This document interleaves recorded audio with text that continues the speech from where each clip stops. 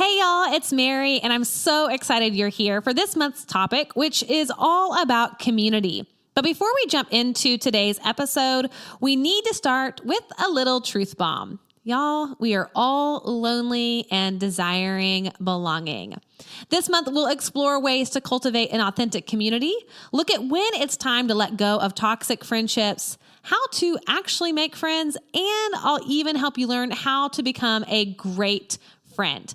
All right, guys, I'll see you inside this week's episode. Welcome to the Living Fully Alive podcast with Mary Hyatt, here to help you find your authentic voice, learn how to love yourself, and embrace your life. And now, your host, life and mindset coach, body love advocate, and doTERRA Presidential Diamond, Mary Hyatt. Hey y'all, it's Mary, and I am so excited about Lindsley and I's interview with Lisa Whelchel today. We hop straight into our conversation, so I wanted to pause here and officially introduce Lisa to you. If you don't know Lisa, she is an actress, an author, and a life coach. She is best known for her starring role as Blair Warner on the NBC's show The Facts of Life. Lisa began acting as a Mouseketeer for Walt Disney's The New Mickey Mouse Club at age 13. And then she went on to The Facts of Life. And Lisa is amazing. She's also been on season 25 of the CBS's Survivor Philippines. She actually tied for second place and won the Sprint Player of the Season as awarded by the fans of the show. She made her return to feature films in Tyler Perry's A Medea Christmas and to television in Hallmark Channel's original movies For Better or For Worse and Hearts of Spring. Lisa is also a very accomplished author. She has written more than a dozen books, including The Facts of Life and Other Lessons My Father Taught Me, the Busy Mom's Guide series, and her most recent, Friendship for Grownups, which is really what our conversation with Lisa is about today. Lisa is also a certified coactive life coach and international speaker. She has traveled to India twice, partnering with Rescue Freedom, an organization committed to ending sex slavery for women and children. So Lisa is, oh my gosh, just a perfect fit for today's conversation. So without further ado, here is Lindsley and I's interview with Lisa. Hey guys, it's Mary, and I am so excited for our third episode in this month's topic centered around community. And I've got a pretty awesome community on with me today. I've got, of course, my BFF co-host, Lindsley Brooks. Hey, girl. Hello. And we are sitting at, once again, The dining room table, which is, it's kind of become our studio, our fancy, our bougie, our bougie studio with our jerry rigged mics, and you know what? But it works. Yes. And guys, hopefully you caught our episode last week, which was all about toxic friendships and how to know when a friendship is sort of worth walking away from, as Lindsley would say, consciously uncoupling. Yes. And when there's just some nuggets there for you to gain and higher self-awareness of sort of like, oh, what's triggering me inside of this friendship is actually about me. It's a mirror about what's going on in my life. And so if you haven't listened to that, rewind, go back to that episode, check it out, Toxic Friendships. But we wanted to go deeper into this conversation of friendships. And it's one of those kind of next step issues where it's like, all right, I've gotten kind of cleaned house of some toxic relationships. And now how do I step in to create new, healthy adult relationships? So today I'm excited because we have Lisa Whelchel on with us. Hey, Lisa. Hello. Oh my gosh. Hi. We're so excited to have you. Yeah. I'm excited to be here. And Lisa, you are somebody that I guess we've both known now for a couple of years for us. Yeah. You guys may have known each other a little longer now. Well, Lisa, I was just thinking back on this morning. We met, I think, at my parents' house. You're right. Mm-hmm. Yeah, we had dinner, and I just love that, like, you were friends with my mom first. Yes. And then we got to connect and have obviously a real amazing, sweet circle of friends around us that are mutual. And for those of you who don't know, Lisa wrote a fabulous book called Friendships for Grownups. And so when we were thinking about, okay, how do we dive into this topic of making adult friendships, Lisa, you were our obvious first choice, and we're so excited to get into it today. Good. Me too. So I kind of want to jump straight in because you have sort of a unique journey, I think, of friendship because, obviously people know you first and foremost, or maybe, initially from playing the role of Blair on Facts of Life. And I know that her role in that show was, she had all these best friends and, great relationships. But I would imagine for you, like in real life as a child, that probably was really different. I mean, imagine being on set and all of that. So how was that sort of, how was your role on Facts of Life not representative to what was really happening in your real life and just sort of the struggles that you experienced from early on of friendships?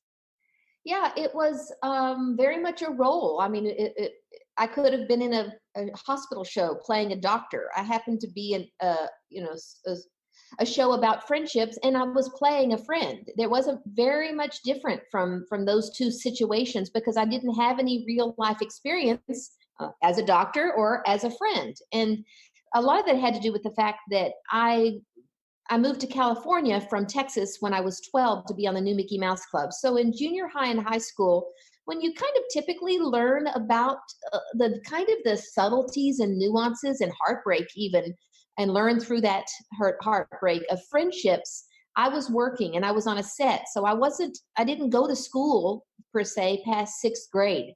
And then when I was working on the set, even though I was on this show about friendships, I was also 2 years older than the other girls, and I graduated from high school at 16. And so they would go to the school tutoring trailer every day for 4 hours. And I was on the set with the adults and their stand-ins.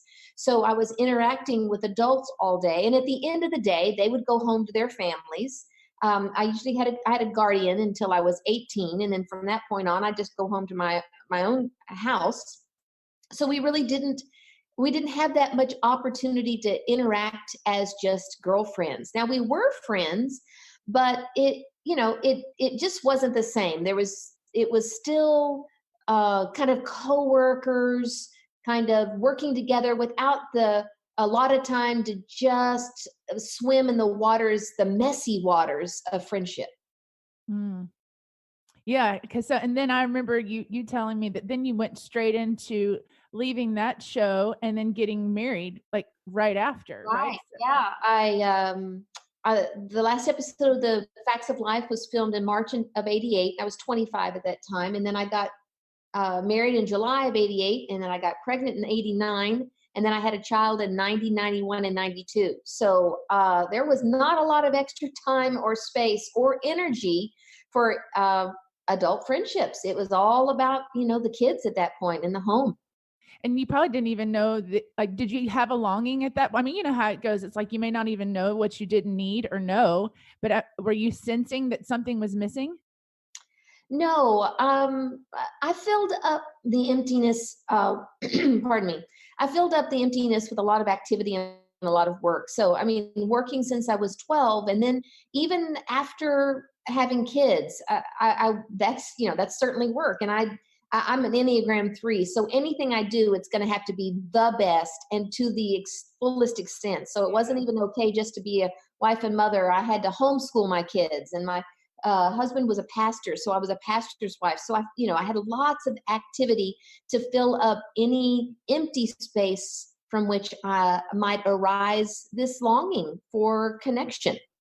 It's so, I just think that piece of your story is so relatable because whereas I think for most of us who went to school and sort of learned those foundational sort of how do you hang with kids your own age? How do you have conversations? How do you handle when, your friend is mean to you or there's some sort of situation at school and you kind of develop these skills. But I think what is interesting about your story is moving into the role of wife and mother, and especially as an overachiever. Like you said, I mean, that void can be filled so quickly by running a productive life. And I think that for all of the women who listen to this podcast, I would say majority of them are mothers and business owners or entrepreneurs. And I think that that's something that I know Lindsley and I even struggle with without being a wife or without having children. It's like, where do you find the time to invest in friendships? And, you know, and I would say I was intentional about trying to have friendships. And I think that is a component that's really necessary. What I'm just even in reflecting upon my own journey before knowing I was going to talk about it today, and wanting to give some nuggets or some real practical help, just because by nature, I love to talk abstractly, but if it's all in the clouds and there's no way to translate that into some real practical help, it feels like I'm not really offering any substantial help for somebody. And so just trying to think about what are the nuggets, and coming to the realization once again that adult friendships are complicated. It's not just one thing. I mean, there's a multiplicity of dynamics that kind of all have to come together in this beautiful, rare moment that creates a friendship. And it is rare, and it is complicated. And I think we do kind of sometimes can beat ourselves up if we don't have these deep, intimate friendships like we see in the movies, but it's hard. It's not easy. And I started this diatribe with saying that I was intentional. And I do think that being intentional is a key component. So when my kids were younger and I was a stay-at-home mom, I began to feel this realization, like I was desperate for some adult communication. You know, my communication was one word, like share, don't, stop, come here. Right. Yeah, and just desperate for some adult communication. So I intentionally invited a handful of other mothers over to my house every Friday, and we would put the kids down for a nap, and then I, would make some lunch, and we would play a game, and we would talk, and we would laugh, and we all needed that so badly that we thought, man, we need to do this every week. So I started what we call the Good Medicine Club, because one of the Proverbs says laughter is good medicine, and we laughed so much. And that went on until I moved from California back to Texas when my kids were in junior high. So it was a good 10 years or so of meeting with this small group of women every week. So the intentionality was a key component, because in the busyness of our lives, it's so easy to realize you've gone 2 months without talking to one of your best friends, Right. because you just don't have the time. And you need to be, it needs to be a priority. And I do think that it's hard to kind of have a quantitative or way to measure the importance of friendship, because you think, well, I really need to get all this done on my to-do list. And we don't put in on our to-do list, connect with a friend. Go deeper in my relationship with my neighbor. That's not on a to-do list. And yet the value is so much greater than what is mostly on our to-do list, but we're just not usually that intentional about it. But that wasn't enough to be intentional, because I had some, my defense mechanism against my own woundings as a child was to disconnect from my emotions and from my body and stay in my head. So even those friendships, it felt like there was this wall of plexiglass between me and them. It looked like we were close, but I couldn't really feel them, and they couldn't feel me. And so there was a beauty in the routine of it and the laughter of it, but I wouldn't say there was this real this vulnerability about it, which of course is one of the top components of having a real deep, intimate friendship, would be the vulnerability piece. Yeah. And I love that you're bringing that up, because I think you're right. I mean, there's so many relationships, friendships that all of us, I think, can identify that are just more surface level and just not really those deep, intimate friendships. So I'm curious, because you kind of have gone through this journey where you had that routine, you were making it a priority, you had this intentionality behind cultivating community with other women who were in similar stages of life with you. And then it was like, okay, how do I move into a friendship that is more vulnerable? Like, do you think that you have to sort of detach from friends that are more surface level and start new friendships that are vulnerable? How do you do that? Or do you think you can convert existing surface relationships to ones that feel more authentic and vulnerable? Well, I think that's again where it's so complicated, because you have to find the kind of person who, first of all, has the capacity to go deeper or the desire to go deeper. And so, in my fumbles and looking to learn about adult friendships, I ran into a couple of friends where I was ready to go deep, but either because they were in a stage of life where, it takes time to go deep and to build a deep relationship, and they just didn't have the time in their life. And so they didn't have that capacity because of circumstances. And then there were others that I kind of tried to have a deeper relationship with. And I would go deep, and it scared them because they weren't able to feel their own depths and to be vulnerable with their own deeper, more raw kind of places. And so when I would go there, they would close up and run away because it was too triggering for them. And so that was not available. And then there is the just even finding those people who have a temperament that, there are some people that they're great. I've got friends that I'm terrible at putting clothes together. I have friends that are awesome at that. And so we'll go shopping together. We don't talk about deep things, but they're lifelong friends. I have friends that we don't go to the depths of it, but they're just so much fun. And then they keep it on the surface, but man, there's also there's a lot of value in just laughter and play. And so it doesn't have to be someone who is always going to go to the depths in order to have to count as a friend, or to keep and to nurture in your life as a friend. It's so true. And I like that you're bringing that up, because there's kind of, like you said, categories of friendships. I mean, people you do different things with, and then you've got sort of your tribe, your soul sisters, where you are going to live life with them. You are going to share more of those intimate details and fears and whatever else is coming up. And I'm curious, this is such an interesting topic, but like, I can imagine it's a little bit like dating, right? I mean, it's kind of awkward when you're seeking out new friends. And what would you say for somebody who sort of shares something vulnerably and then instantly gets met with that other person's resistance, or they're triggered, or the other person is shutting down, kind of like what you were saying, you witness that happening in your own life. How do you backpedal from that? Because I feel like it's like, okay, just kidding. Yeah. It's interesting you say this. I'm a life coach and was just talking with a client yesterday about this very thing.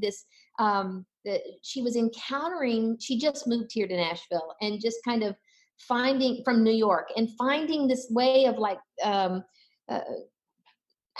as she was asking me, well, how am I supposed to be in this world in Nashville, in order to have people feel comfortable with me, because I think I'm too much for some of the Nashville women here, and helping her see that most of the way someone reacts to you is, the majority of it's about them. It's not about you. It's not about us. And yet we immediately think, how can I change to be more like what they want me to be, or what makes them feel comfortable?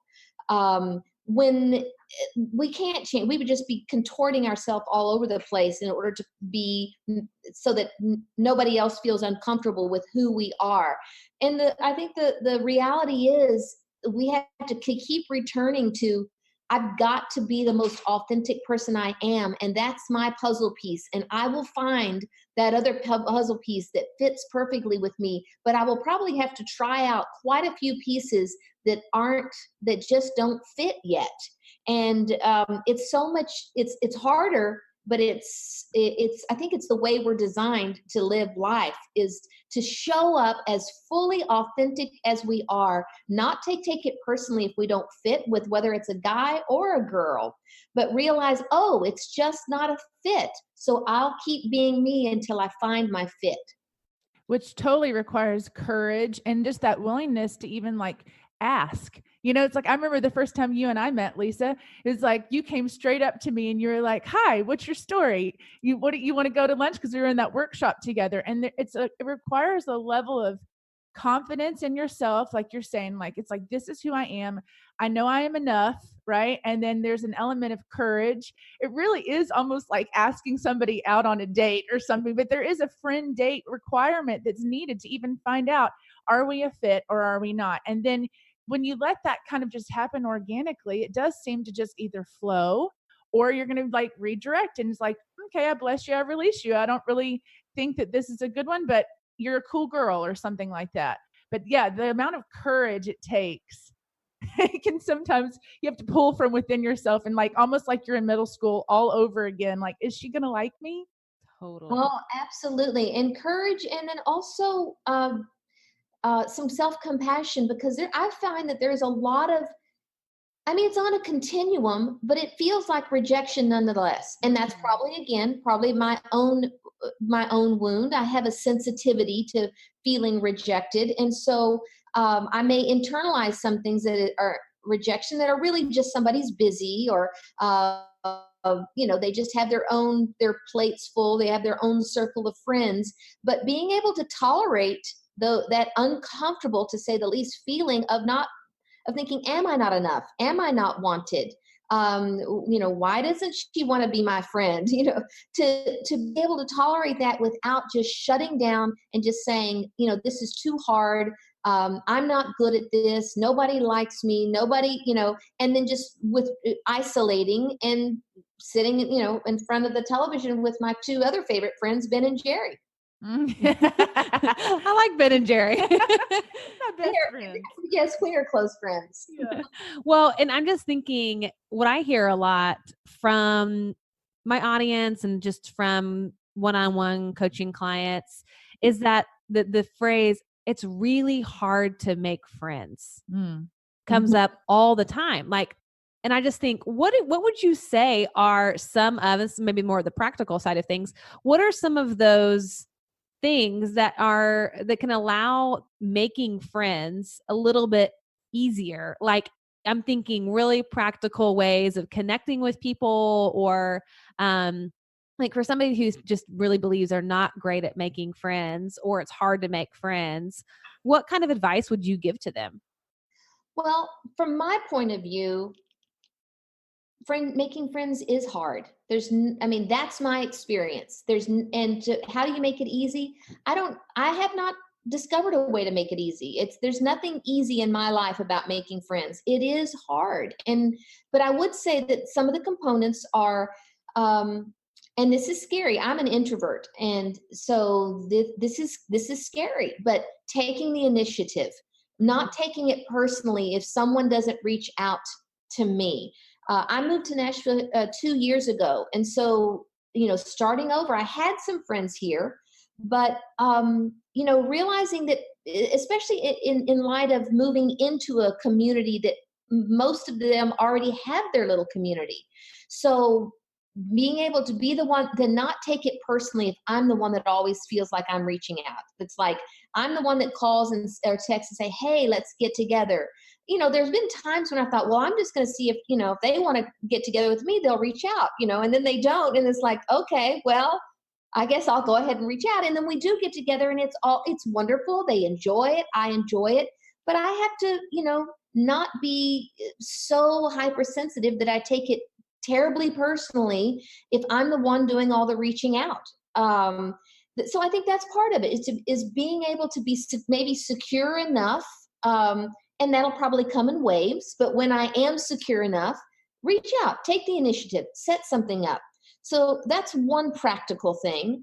Another practical thing is if you can build in almost some scheduling of your friendship. So if you just think, well, maybe you find someone that you go to yoga with every Tuesday morning, there's a 9:00 class, you go to yoga and you have coffee, and that's built into your routine, because the building upon layer is so much stronger, because then you've got this kind of this net that has been woven together so it can catch when things get more intense, or when you really need somebody, they're already there. So I do think weaving together some intentionality and some scheduling in whatever way you can, like I did with my game club, or I had some other friends that every Monday night they would get together and watch The Bachelor and drink wine, and then they would laugh afterwards. But it was the the strengthening of those relationships.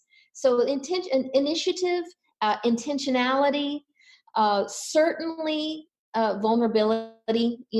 That's where the real connection happens. Now, I don't advise being vulnerable right off the bat, because that's, a lack of boundaries, and that can really scare people away. So there is this finding, just kind of tiptoeing into the waters, making sure they are safe. That was a big lesson for me, paying attention to the way someone talks about other people to you, knowing they're going to talk about you to other people. And if someone is talking about somebody else, either in a gossipy way or in a judgmental way, just knowing, that's not a person that's safe to be vulnerable with. And that's good to know.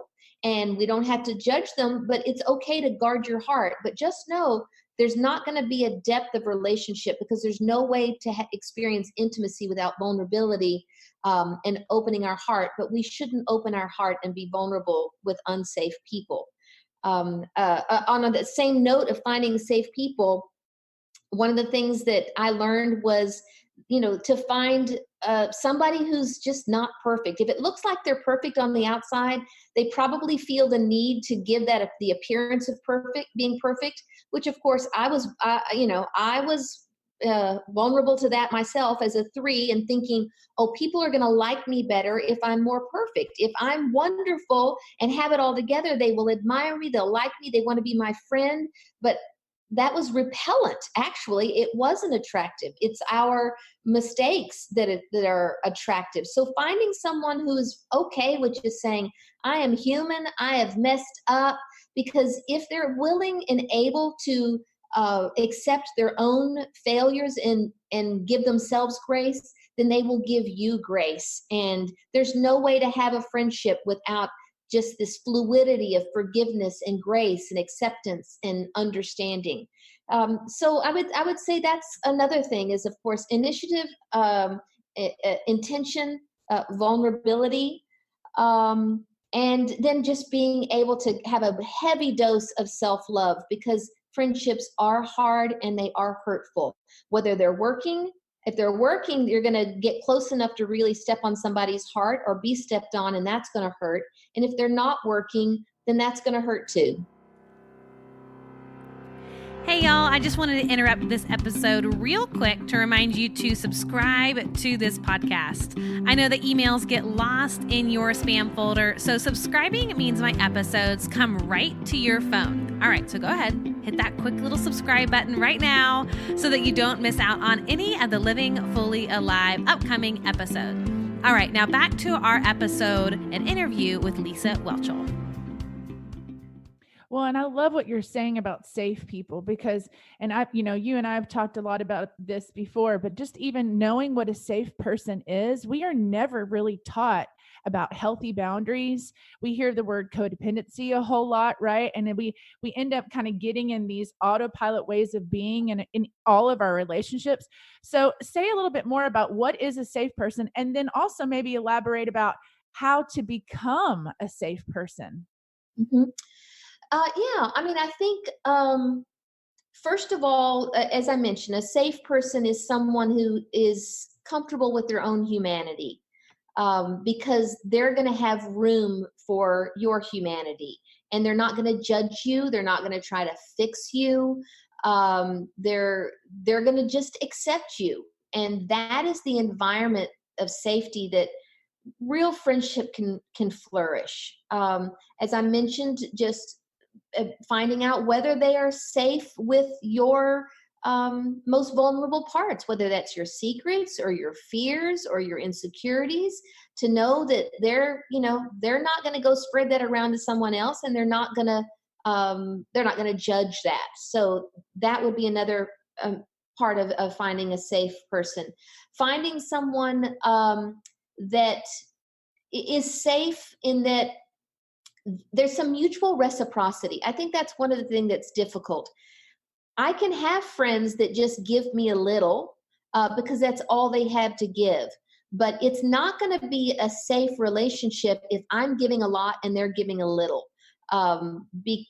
It's not safe because there's not a mutual reciprocity. So to find the deepest of friendships, again, it's that kind of when it all comes together, that someone has the capacity for it, they have the room in their life, they have the desire for it, they have the ability to do that kind of work, and there's a mutual kind of giving and receiving.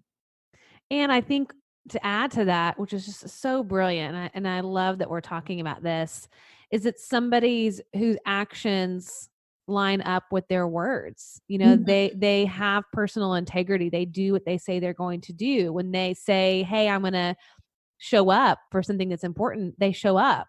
When you need them, they show up. If all possible, you know, they're going to be there when they say they're going to be there, and that they live from that kind of integrity. To me, that's somebody that I can trust. And I can't remember, I think it was on Oprah when Maya Angelou was talking with her on one of her shows. And she said, "I don't trust people who don't love themselves and tell me I love you."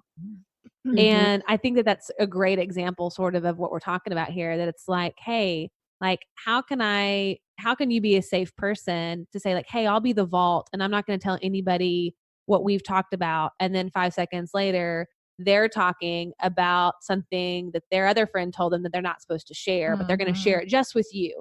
It's like, okay, there's a disconnect there. There's a lack of integrity there. And so sort of just seeing like, do their words and their actions match up? And do ours. Like, you know, it's like what we're expecting of someone else, we also have to hold ourselves to that same standard, which is why it's so important to like not only know what you're looking for in a friendship, but also like what you be the safe person as well, and know that like your own words, how are you showing up? Are you gossiping? Are you being consistent? Because that, you know, gosh, everything we've been learning is the mirroring that happens in relationship, and you sometimes can't even see your own shadows or your own stuff until you're in partnership with someone. Mm-hmm. And yes, there are unhealthy people, and then it's doing more harm than good. But you're right, when you find safe people and then you're able to go deeper. So then that's what I was going to ask, you know, either one of y'all, but just the idea of like, how do you go deeper in a friendship? Because, you know, there are some friends that you really do want to kind of connect with more. And, you know, at what point do you not necessarily feel needy, you know, because that feeling of feeling needy can sometimes kick in. Do you, Lisa, have any, you know, saying more about what that would look like? How do you go deeper in a relationship when you want to? Yeah, I think I want to address what you were just saying too, though, about this, you know, paying attention to whether someone is, you know, talking about other people and are they safe? Because what's hard about it too is because friendships are hard, it is tempting to take a shortcut. And one of the most, you know, effective shortcuts is to have a common enemy.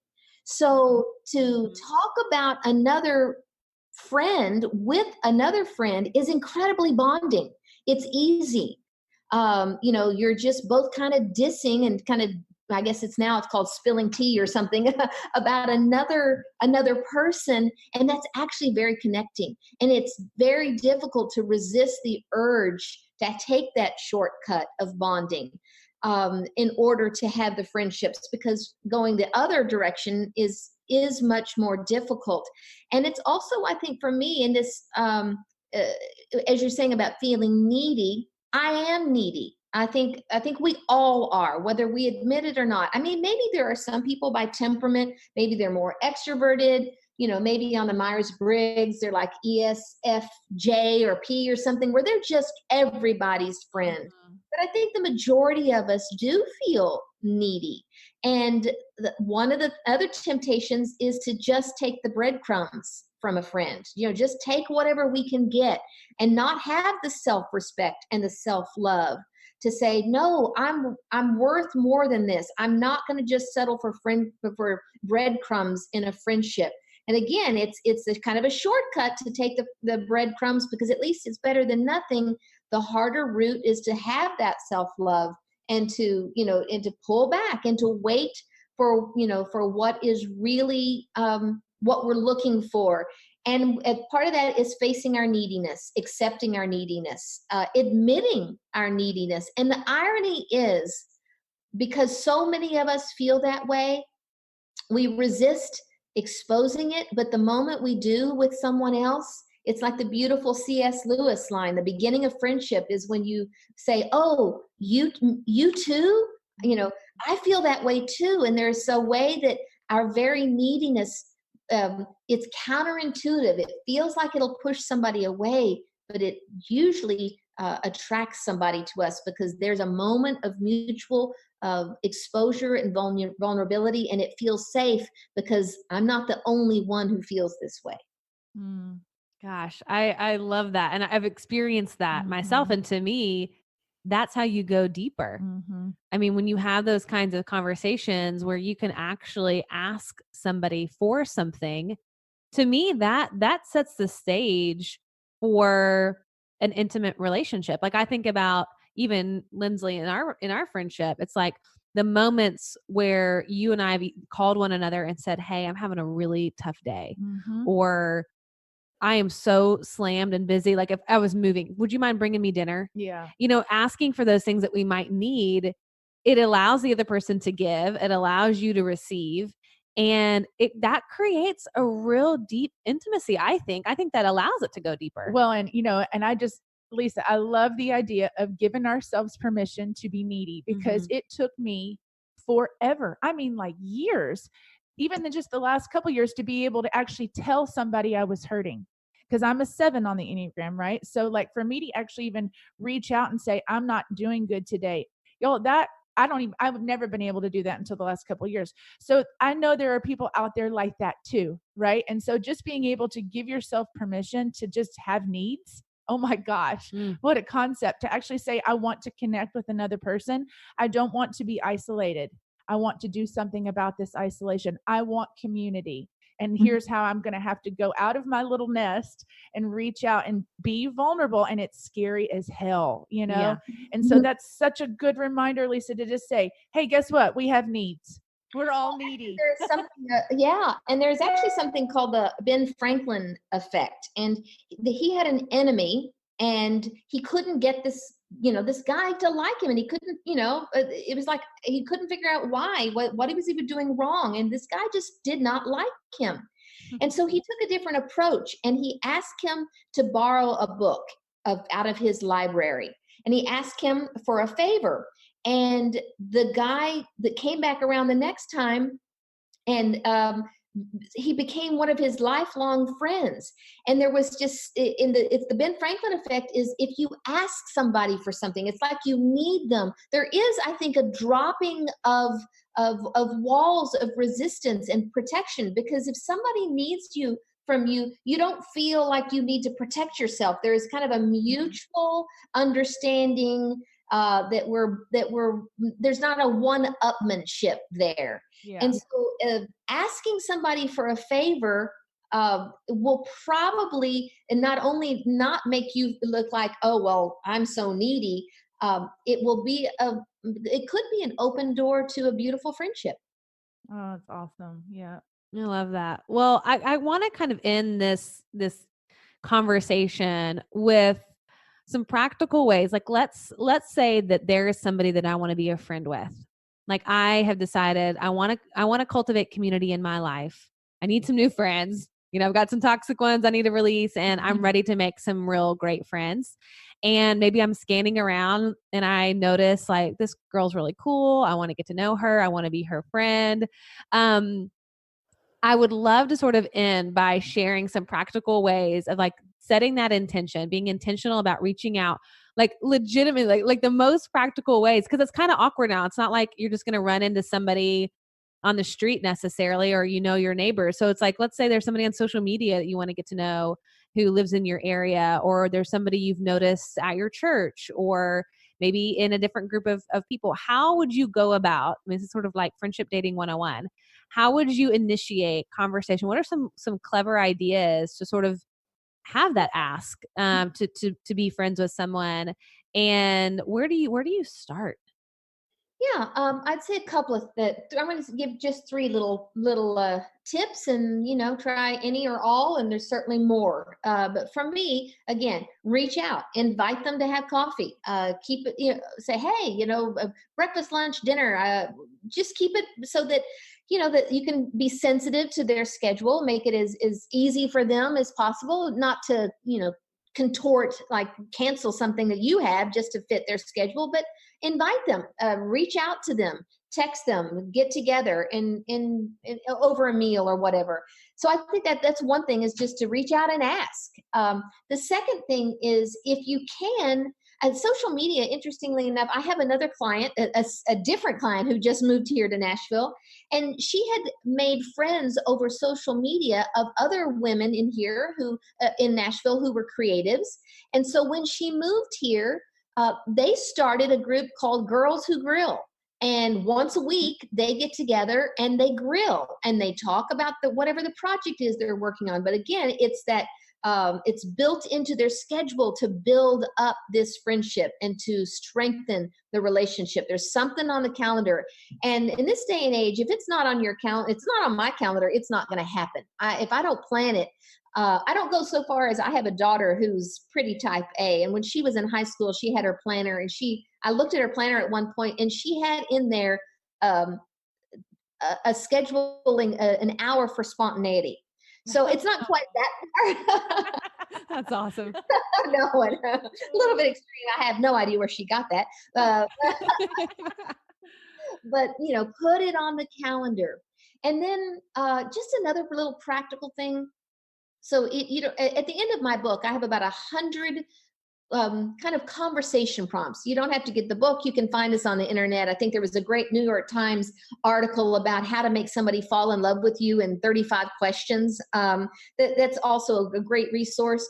But it's just, rather than just talk about, hey, did you see Stranger Things? What did you think? Or The Bachelor? Or, oh, I love your dress. Where'd you get it? Or what are your kids up to? Those are, they're fine for connecting. We don't always want to go straight to, tell me about your childhood trauma, but there is a middle ground. There can be, what is it? Describe a perfect day to you, or tell me someone who was your favorite teacher, and why did that teacher influence your life? Or if you had a superpower, what would it be and why? Just some middle level questions that are fun and interesting, but they go below the surface. And usually it just takes one, because once you get to that middle level, you start descending pretty quickly and pretty organically and easily to where the real deep, intimate, vulnerable connection happens. Yeah, it's like opening the door to have that real conversation. And Lisa, you are a master at this. I know, you are so good at that. I mean, I was telling Lindsley, I was recalling when we were at my parents' house having dinner, and I was like, she asks the best questions. Yeah. I mean, that is one of your superpowers for sure. Well, and for both of you guys, I was going to tell you, I wanted to acknowledge both of you. Y'all are both so good at hosting things. It's like, that is such a gift in itself, to be a good host and to bring people together, because, like the book clubs or the game night, Lisa, like that really is the best way to get to know not only new people, but for other people to get to know each other too and build community. Well, and kind of bring, like, I know one of my issues is I had a lot of like one-off friends, like from different circles. And I thought to myself, how can I bring these women together? And that's when I started our little group that we had, Lindsley. And, we started as a book club, and then we moved into a sexuality group club with those same girls. That's a whole other conversation. That's a whole other conversation. But, I wasn't invited to that one, man. Yeah, I know, right? Okay, You left out. But like Mary, you and I were set up on a friend date. Yeah, you're right. That's how we met. Yeah. Is that a friend thought that we should know each other, so we met blindly. Yeah. And so you just never know. It's just putting yourself out there. I think that's the real message here, is just being willing to show up. Yes. And realize that most of us are feeling needy. And so go ahead and make the call and put together the group, because a lot of people sit around thinking, well, I really wish I had a community of friends. But not everyone has the confidence to reach out and say, hey, come over. But if they're invited, they'll go, oh yeah, I'd love to come over. So either be the one who makes the call or the text or host the party, or be the one that is waiting, and somebody in your community or in your peripheral of your community invite you, and then take advantage of it, make it a priority. I think as women, we either give and give and give, and then we're burned out, and then our most intimate relationships just get the dregs. Women especially, I mean, I'm sure men too, but I can only speak from experience as a woman. We have to take the time to refill and fill up. And I don't think there's anything, well, maybe walks in nature are certainly filling, times in silence or filling, but we are created for relationship. And so the real flow happens in intimate relationship, and that's what fills up our resources. And yet we'll go to work out 3 times a week, but the thought of scheduling a friend date 3 times a week, that feels even kind of just maybe a luxury. And I would argue that taking care of your soul and through relationships is as important, if not more important, than taking care of our bodies and keeping them in shape. But we don't, for whatever reason, we don't put that as the higher priority. And I think we're all suffering from it.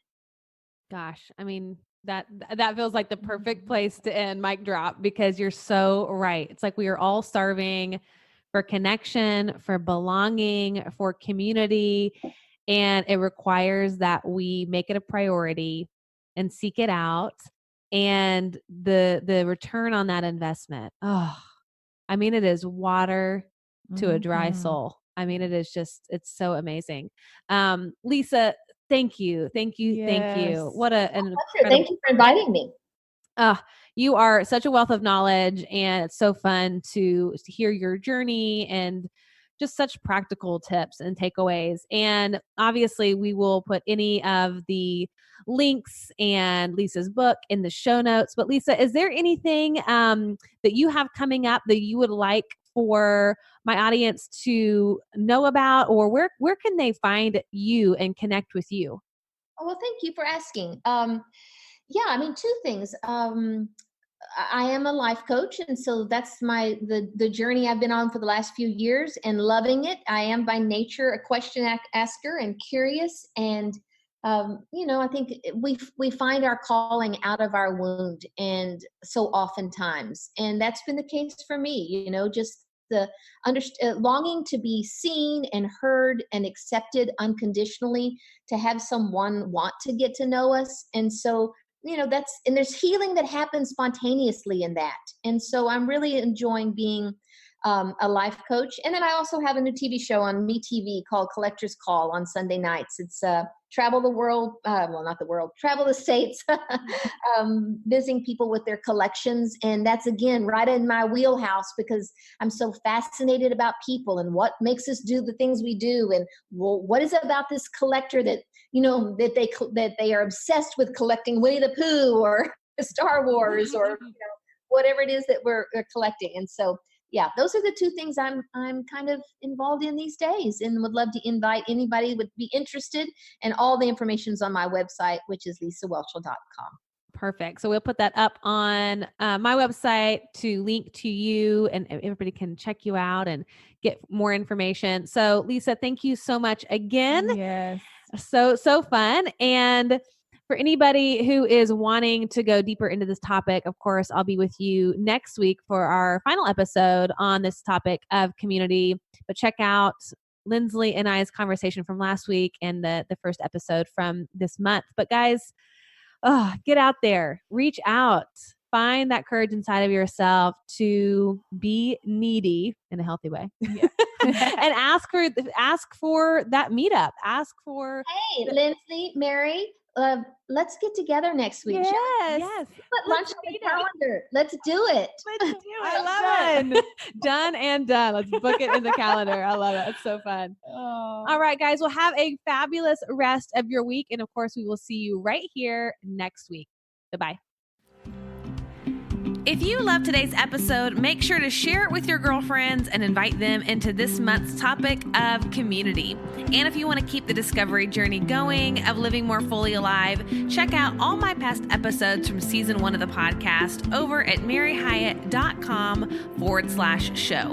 Plus, you'll be able to grab the show notes from this episode along with the essential oil recipe of the month that will help you find the courage to create a community that you love and nourish your body, mind, and soul along the way. Again, that's maryhyatt.com/show. See y'all next week.